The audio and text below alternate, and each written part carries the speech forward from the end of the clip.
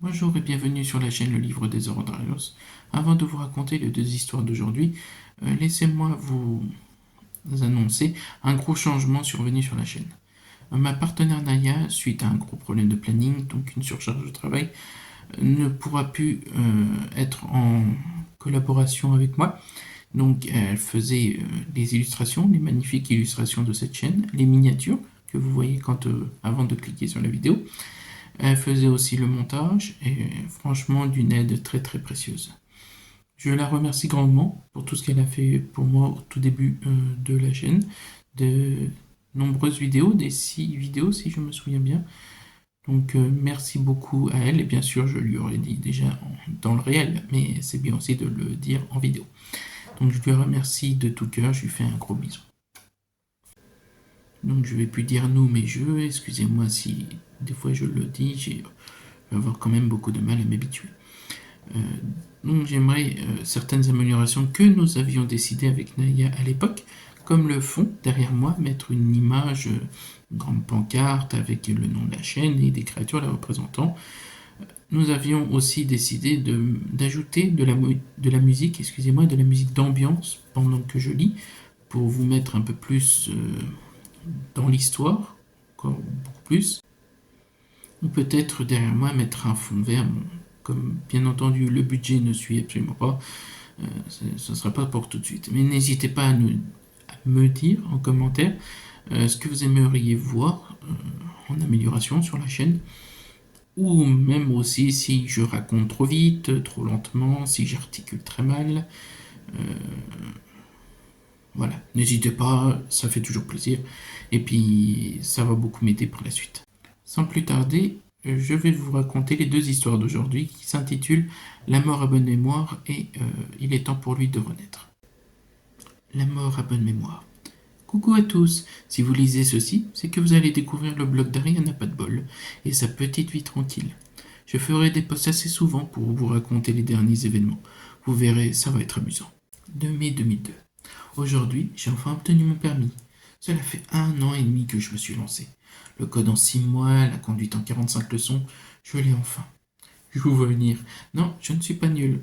C'est la voiture et mon moniteur lourdin qui le sont. La voiture grince tellement pendant mes conduites, j'ai l'impression qu'il va rester que le siège et le volant à la fin de la conduite. Comme dans Le Gendarme en balade. J'adore ce film. Lui, il me râle tellement dessus. Il est comme son épave, il grince aussi. 8 mai 2002. J'ai 20 ans aujourd'hui et toutes mes dents, comme dirait ma mère. Il y a 2 jours, je me suis offert ma première voiture, une Clio violette. Un cadeau en avance, parce que je le vaux bien. J'ai économisé pendant des années tout mon argent de poche que je garde dans une enveloppe. Celle-ci, je la conserve précieusement. C'est mon père qui me l'avait donnée à mes 10 ans, avant mon petit déjeuner, avec un petit billet, parce qu'une de mes dents était tombée. Parce que oui, nous, on ne croit pas à la petite souris dans la famille. Ma grand-mère m'a même donné, lors d'un de mes anniversaires, un billet de 100 francs belges. Quand je ne peux pas les utiliser, je les laisse dans cette petite gardienne de papier. Ça me fera un très beau souvenir d'eux. 15 mai 2002. Je ne vous l'ai pas dit, mais j'ai aussi multiplié les petits boulots pour pouvoir m'acheter cette merveille. En plus, j'ai installé l'enveloppe avec le billet dans le pare-soleil. Elle est toujours avec moi, partout où je vais. Ce véhicule va être super pratique pour mon travail de journaliste plus tard. Pour le moment, je suis encore au lycée, mais ça va venir. Il faut que je sois patiente. 21 mai 2002. Par le passé, sur un autre blog, j'ai fait mention de Ryan, le beau blond de la classe sur qui je creuse depuis le début d'année. Pourquoi? En fait, au début de ma première année de lycée, je n'avais aucun stylo, car j'ai oublié ma trousse. Et ce mec qui est assis à ma gauche m'a vu et est venu à ma rescousse. Depuis, on ne fait que discuter, rire. On passe tellement de bons moments tous les deux. Tout va bien. Mais cette année, je ne sais pas, je me sens attiré par lui. Peut-être que des sentiments se sont développés pendant l'été. 30 mai 2002. Ce Ryan est tellement un tombeur. Son sourire me fait craquer, je vous jure. J'ai tellement envie de l'embrasser. 10 juin 2002. Il m'a proposé qu'on se voie ce soir pour une balade en forêt. Je suis tellement ravi. Ma vie est trop bien. Il m'a dit de venir le chercher en voiture à 16 heures. On va profiter à fond de ce moment pour se rapprocher. J'espère qu'il va me demander de sortir avec lui. 25 août 2002. Désolé de ne pas vous avoir écrit plus tôt. Avec Ryan, cela se passe à merveille. Ce qui me rend folle à m'en faire perdre la tête. Je sens que c'est le bon. Il sait y faire avec moi. Bon, je ne vais pas enfoncer le clou encore plus. Vous avez compris là où je veux en venir. 10 septembre 2002. Notre couple est tellement incroyable, je n'en reviens pas. Il a des pensées et une personnalité très aiguisée. Cela me plaît. Je me sens comme sur un petit nuage. Il prend soin de moi, il est très attentionné. Il me borde même avant de dormir. Moi qui suis assez rigide de base, il a réussi à me voler mon cœur. 30 septembre 2002. Le lycée est fini. Je n'ai pas eu mon diplôme. Mais tant pis. J'ai encore ma voiture et Ryan. C'est tout ce qui importe. Pour mon désir de devenir journaliste, c'est gelé et enterré. Avec mon stylo plume fétiche que mon Ryan m'a donné, je vais inonder ma ville de CV. On continue les petits boulots, ce n'est pas la mort. 15 octobre 2002. Alors, bande d'idiots, personne ne s'est rendu compte de rien. Qui vous dit que c'est Rihanna qui vous a envoyé ces messages ces derniers temps? J'ai lu les commentaires et tout le monde n'a vu que du feu. Cette chère Ariane, elle a bien essayé de m'échapper en se cachant derrière un arbre après que j'ai sorti mon couteau et mon chronomètre. Je l'ai laissée s'enfuir pour voir combien de temps elle allait réussir à m'échapper. À peine 7 minutes, c'est pitoyable. Elle a pas mal hurlé, mais j'en ai fini rapidement. J'ai gardé 2 parties d'elle pour savoir lesquelles, 2 indices sont cachés plus haut. Vous vous demandez sûrement comment je l'ai tuée. Je vous ai aussi donné cette information. À vous de la trouver. Pour ceux qui se poseront la question, j'ai récupéré son ordi allumé, la voiture et le billet de 100 francs belges. En prime, il vaut une fortune si on trouve le bon acheteur. Un cadeau 3 en 1. Elle m'a au moins servi à me faire pas mal d'argent, celle-là. Pas comme les autres. Malgré tout, une partie de chacune de ces filles m'a permis de développer ma petite collection. Vous en doutez bien, je ne continuerai pas ce blog. Bonne nuit à tous, si vous le pouvez. Et voici qui conclut la première histoire. J'espère qu'elle vous a plu. N'hésitez pas à me le dire en commentaire. Sans plus tarder, voici la deuxième et dernière histoire, qui s'intitule « Il est temps pour lui de renaître ». Au cœur de la forêt des murmures, un étrange événement voit le jour. Il est grand, long et va en mettre plus d'un à terre. Le grand marathon des murmures. 100 participants, 500 spectateurs pour une course qui s'étire sur 30 km en plein cœur des bois. Bastien n'attend plus que cela depuis un an. 365 jours à s'entraîner sans relâche, pour ne pas revivre la honte de l'année dernière. Ses parents sont venus l'encourager. Leur soutien va lui faire du bien. Ce qui va beaucoup l'aider à rester concentré pour le départ qui va être annoncé d'une minute à l'autre. Devant lui, un jeune homme se retourne, Luciane, et lui sourit. Un garçon bourré de qualité et de charme, au point d'avoir perturbé Bastienne lors de la dernière course, un souvenir dur et cuisant. Cela fait maintenant 5 ans qu'ils courent ensemble, à chaque marathon des murmures. Tout cela a commencé juste après avoir fini le lycée. Ils étaient dans la même classe. Lucienne a fini par initier Bastien à sa passion. Ce dernier, en revanche, a une toute autre motivation. Le coup d'envoi retentit, ce qui sort Bastien de sa rêverie. Aussitôt, les cailloux du chemin sont éjectés par un départ précipité. 1 kilomètre vient d'être franchi, quand Bastien, malgré les murmures du vent à son oreille, entend autre chose, comme une plainte, qui prend le dessus sur tous les bruits environnants. Il n'y prête pas attention et reste concentré. Il ne veut pas perdre son avance sur les autres participants. C'est une course, après tout. Une ombre passe sur le chemin devant lui, mais personne ne fait de remarques, comme si cela n'importe ni les coureurs ni les spectateurs. Alors, encore une fois, Bastien l'ignore. Les arbres qui défilent semblent être les objets de mesure du temps de cette course. Le chemin continue de défiler, mais les arbres sont plus rapprochés les uns des autres. La lumière de l'astre du jour semble diminuer alors que midi n'est pas encore venu. Tout le monde court, silencieux. Les bruits de pas disparaissent de l'environnement lui-même. Les encouragements et applaudissements semblent eux aussi avoir disparu. Pourtant, Bastien peut toujours les voir gesticuler comme des vers de terre sur son chemin. Il court parmi des êtres qui ne semblent plus émettre le moindre bruit. La lumière, quant à elle, continue de décliner, ce qui empêche Bastien de voir Lucienne juste devant lui. Puis vient le noir. Plus aucun coureur n'est visible. Plus de spectateurs, plus de forêt, plus rien. Seulement le noir. Bastien se stoppe. Il est désormais tout seul. L'affolement le gagne, mais son entraînement reprend le dessus, ce qui lui permet de retrouver sa sérénité. Il réfléchit. Que peut-il faire? Hurler? Courir dans tous les sens? Ces options sont aussi futiles que ridicules. Un hurlement strident retentit, comme s'il vient de partout. Bastien tombe à genoux et doit se boucher les oreilles avec force, tellement celui-ci est puissant. De nouveau, plus rien. Sans aucun signe avant-coureur, il s'effondre. En ouvrant les yeux, Bastien se rend compte qu'il est de retour dans sa chambre, et donc dans son lit. Que s'est-il passé? Il ne comprend plus rien. Tous ses souvenirs sont brouillés. Il n'a pas le temps de se poser plus de questions qu'un bruit sur le seuil de sa porte lui fait relever la tête. Lucienne, toujours en tenue de jogging, le regarde d'un air d'inquiétude qui se reflète dans ses yeux. Bastien, tu es enfin réveillé? J'ai eu tellement peur.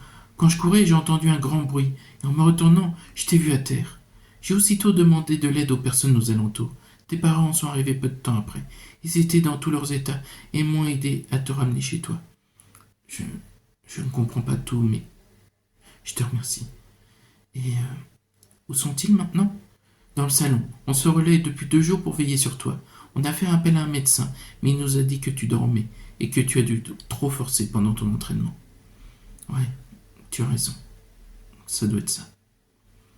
Tu as encore l'air fatigué. Tu veux que je te laisse te reposer? Non, ça ira. Tu peux m'aider? J'aimerais me lever et aller rassurer mes parents. Très bien, je vais te maintenir debout. Bastien met pied à terre. En posant le deuxième, il est pris d'un vertige et préfère se rasseoir. Reste allongé et repose-toi. Cela vaut mieux. Moi, je veux aller rassurer ta famille. Entendu. Il pose sa tête sur l'oreiller et se sent partir. Il n'a pas le temps de dire ou penser quoi que ce soit qu'il s'est déjà endormi. Bastien se réveille en sursaut. L'obscurité est totale autour de lui, mais il le sait, il le sent. Quelqu'un est là, dans sa chambre. Fébrilement, il cherche l'interrupteur de sa lampe. Après un temps qui lui semble interminable, il y arrive enfin. La scène qui se déroule devant ses yeux échappe à toute logique, le faisant hurler de peur. Lucienne est postée à 2 mètres devant lui, mais ce n'est pas le pire. Dans chacune de ses mains, le coup d'un de ses parents. Bastien, paniqué, lui hurle dessus. « Lucien, qu'est-ce que tu fais? T'es malade? Lâche mes parents tout de suite. » T'es enfin réveillé? Il était temps. On a 2-3 choses à se dire. Sans le moindre signe avant-coureur de sa part, il resserre sa poigne. 2 craquements écœurants résonnent dans la chambre. Il les relâche. Les 2 corps s'effondrent avec lourdeur sur le sol. « Non !» Bastien, submergé par ses émotions, veut se lever. Une douleur dans sa poitrine l'arrête sur le champ. Ça y est, le processus est lancé. Quel processus? Lucienne ne répond pas, mais se met à rire. Puis il se jette sur lui. Il pose ses mains de chaque côté de la tête de Bastien. Ce dernier, en plus de la douleur au niveau de son cœur, en ressent une autre envahir son crâne. Le faisant hurler, il finit par s'évanouir sur le coup. Bastien se réveille, sa tête pèse lourd et lui fait souffrir. En ouvrant les yeux, il n'y a plus rien dans sa chambre, aucun corps de ses parents, ni Lucienne, aucune trace visible. Il essaye de se lever, mais ses jambes tremblent. Il se met à avancer doucement, en appelant ses parents. Un silence total lui répond. Enfin sorti de sa chambre, un léger bruit s'élève, suivi d'un murmure. Le couloir semble glacial, hostile, et beaucoup plus sombre qu'à l'accoutumée. « Bah alors, t'as vraiment du mal à émerger? Ouvre les yeux quand tu te déplaces, ce sera plus utile. » Un rire à lui geler les os perce ses tympans. Il ne comprend pas. Il est pourtant bien réveillé. D'où peut bien venir cette voix? Tu n'as toujours pas compris? Qu'est-ce que je vais bien pouvoir faire de toi? Bastien se sent de nouveau fatigué. Au bout de ses forces, il s'effondre. Réveille-toi maintenant. J'en ai plus qu'assez d'attendre. Au bout d'un nombre incalculable de fois où il lui semble se rendormir et se réveiller, le voilà maintenant en pleine forme, tout nu, dans la forêt. Poussant un hurlement disproportionné, il se met fébrilement à regarder s'il est seul, se protégeant les parties intimes. Il l'est. Étrangement, un miroir massif est positionné devant lui. Inquiet, il s'approche, s'imaginant les pires horreurs apparaître à la place de son reflet. Rien. Même son propre reflet n'y est pas. Intrigué, il approche la main et le touche du bout des doigts. La remontée de souvenirs qui en découle le surprend, et finit par le faire reculer. Qu'a-t-il fait? Comment est-ce possible? Pourtant, il l'a bien vu. Ah, ça y est, enfin tu te souviens, te voilà prêt maintenant. Prêt à quoi? À agir comme il se doit, vu ton nouveau statut. Mon nouveau statut? La peur envahit Bastien, mais il réalise quelque chose. Il n'a pas froid, pourtant ils sont en automne. Regarde à nouveau dans le miroir. Non, je ne veux pas, hurla-t-il de tout son être. Regarde à nouveau dans le miroir. Sans qu'il le veuille, Son corps se met à bouger tout seul et le rapproche à nouveau du miroir. Ce n'était pas son reflet. Pourquoi? Je ne comprends pas. Tu te rappelles l'année dernière, quand je t'ai embrassé, je n'ai pas fait cela seulement pour le plaisir. Je te l'ai transmis. Il faut 1 an pour qu'il arrive à maturation. Quand tu le transmettras à ton tour, tu fusionneras avec lui, comme moi. C'est pour cela que tu me vois. Donc, dans ma chambre. Eh oui, tu comprends enfin. Tu t'es vu à l'extérieur de ton corps, car il ne voulait pas que tu loupes ce moment où les dernières attaches à ton ancienne vie disparaissent. Non, c'est toi qui les as tués. Ils étaient innocents. Tu peux te bercer d'illusions si cela te chante, mais la vérité, c'est qu'il fait de toi un tueur, comme moi. Pour ma part, il m'a fait tuer mon frère, mais par la suite, comme j'ai adoré cela, j'ai tué ma sœur et mes parents, et même mon chien. Tu imagines? J'y ai pris tellement de plaisir.